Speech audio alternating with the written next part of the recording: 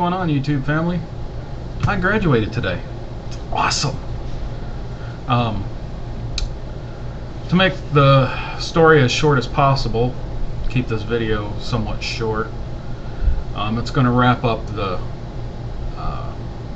real-world training series because my real-world training is over. We had another trailer that we went to pick up. You know, in the last video I showed you one that we had a problem with the tire blowing out in the video from that. Since then we've had nothing but issues because I made that video on Sunday. Right? Yeah, sounds good. And it's Tuesday now, Tuesday the 24th.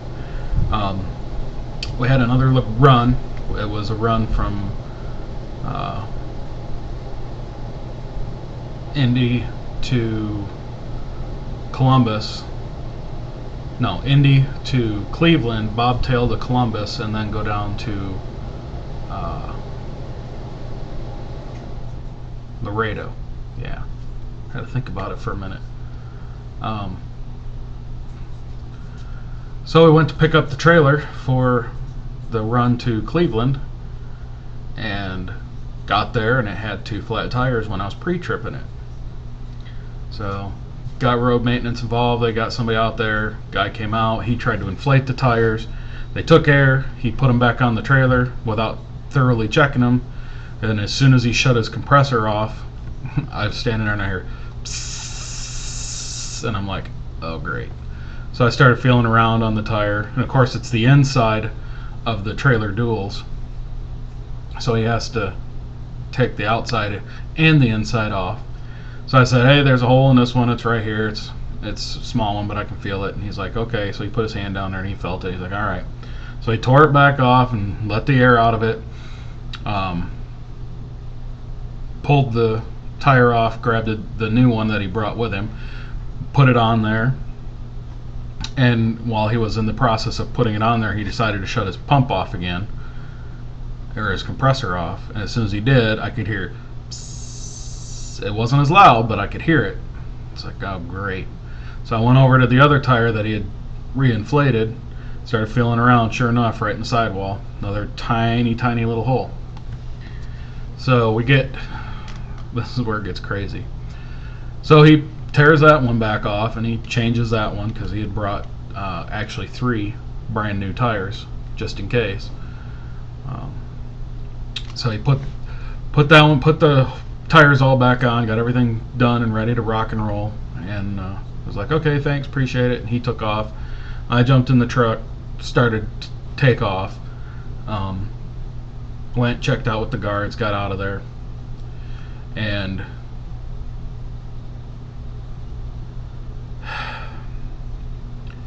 I get on the highway and I want to stop at the truck stop, and it's only 5-6 miles away down the highway. We're going right past it. I just want to stop there, get a sandwich because it was late at night again last night. So I swung in there and got a thermos of coffee and got sandwich and whatnot to eat, and decided, oh, I probably should slide my tandem since I haven't done that yet because of all the drama. I just hadn't thought of it. So I went ahead and was going to go try to slide them, and I had all that stuff in my hands. So I walked up to the tractor and I opened up the door and I hear the low air warning beep going off, and I'm like, what the heck? So I had left the trailer brakes engaged, and I started listening a little more closely, and I could hear psss coming out of the back of the trailer, and I'm like, oh, this ain't good. So I started the tractor up, pulled the trailer brake and let the tractor build up air, and then I went back to try and pull the release for the tandems to slide them. It's air actuated. There was no air. It's like, oh great, here we go again. So went ahead, pushed in the trailer air, got the trailer aired up pretty good, enough that I could get the pins to pull in, pulled the release, got the pins in, pushed the tandem so that I was at 41 feet, Set the tandems, went, okay, there's an air leak in the trailer. I'm like, we'll see what happens here for a little bit. So I got back out on the road, started driving, and I looked down at the gauges, and I'm seeing this. I'm seeing we're up at 120, and the governor will kick out from the compressor, and within 30 seconds I'd be down to 100, and then it would kick back in, and it would build right back up to 120, and then once again within 30 seconds it'd drop right back down to 100. It'd take about 30 seconds to do it, and I'm like, oh great. So my trainer's in the back, he's asleep, it's midnight-ish, and I'm going, what do I do, what do I do? I can't pull it like this because there's obviously it's losing too much air. And if I try and pull it like this, it's just going to make our lives a living hell. So I'm going to have to go have it serviced. So I was like, I'm only a few miles away from the Indy terminal. And so I went ahead, pulled the trailer up to the terminal, and went into the trailer inspection bay, because anytime you pull a trailer into the Indy terminal you have to have it inspected. Pull it in there and set my tractor brake, and I said, you hear that? And the guy goes, yeah, what is that? I said, I don't know, but I'm hoping you can fix it. So they monkey around in the back, they can't find it, They ended up running the tractor air almost completely out before they hooked it up to the shop's air supply, and it just kept just constant. Well, finally they found it. Somebody pinpricked all 4 airbags on the trailer.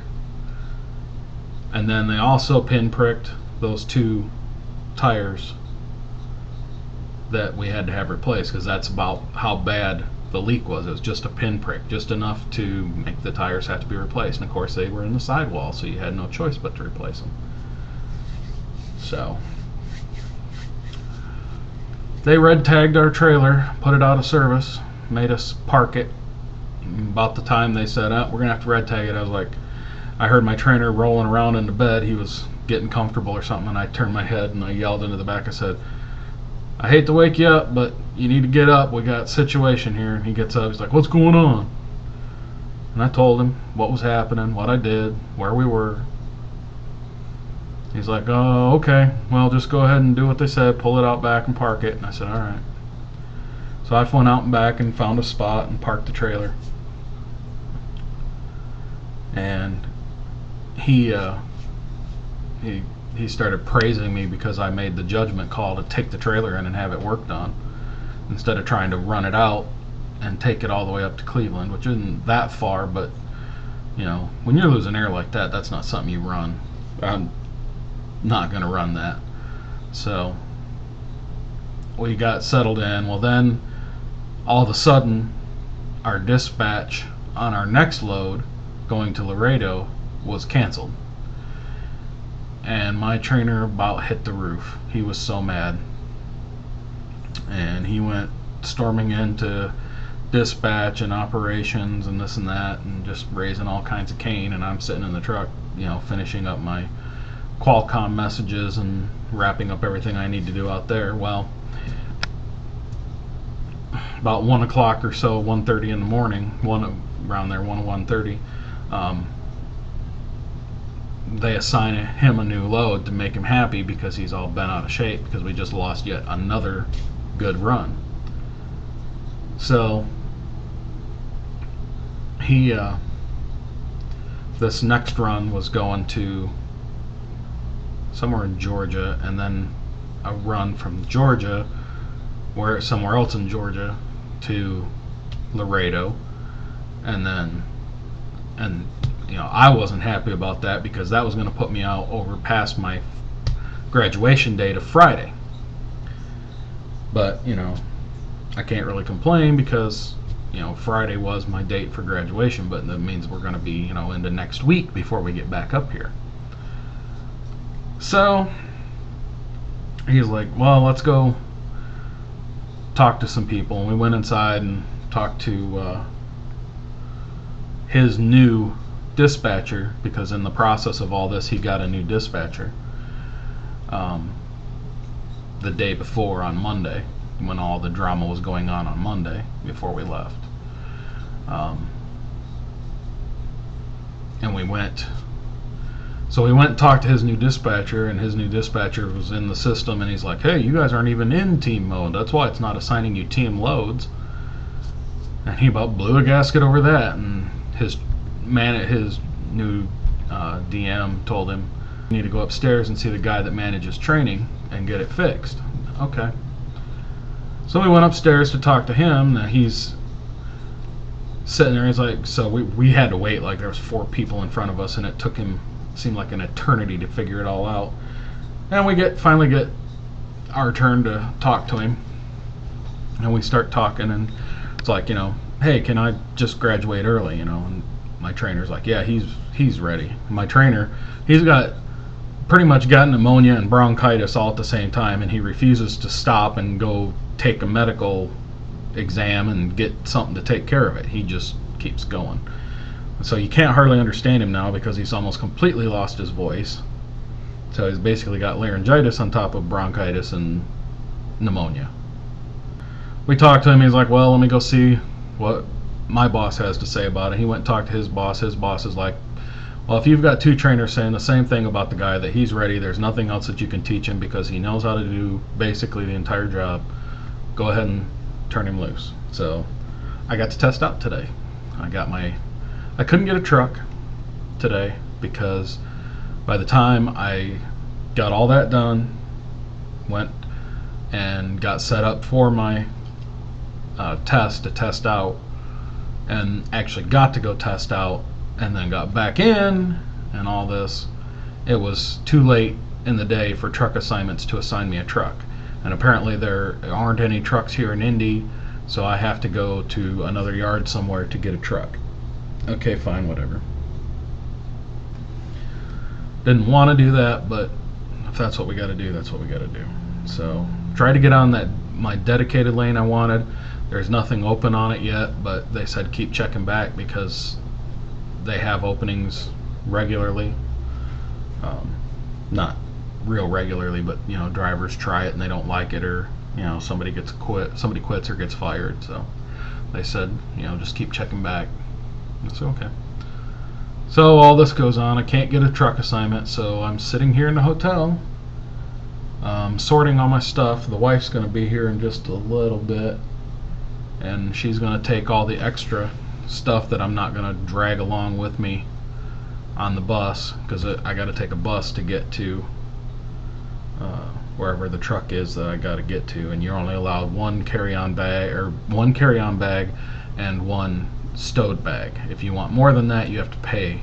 I think somebody said $15 a bag or something like that. So I'm not going to pay that. I can shave everything down and get a load coming back this way, and then get home for a few days so I can get my stuff in the truck and get everything organized. So we're moving forward. Trying to figure out what I'm going to call the next series of videos. So stay tuned. Here is it'll be this hat, a hat like this, not quite as grubby as the one this one has gotten, laying around in 2 different trucks, but there you go. See if I can get that to show up a little bit. There we go. It's got those 2 lights in it. Now you really couldn't see that. Let's see. Oh, there you go. It's got the little push button right here. So that's the hat for the giveaway. I haven't decided what or if anything else is going to go. I'm pretty much sure that I'm going to have other things to go with, have like a first, second, third prize or something like that. But anyway, that's where I'm at. Stay tuned and I will keep you posted. We're having fun now. Peace, 7-3s. God bless. Have a good one.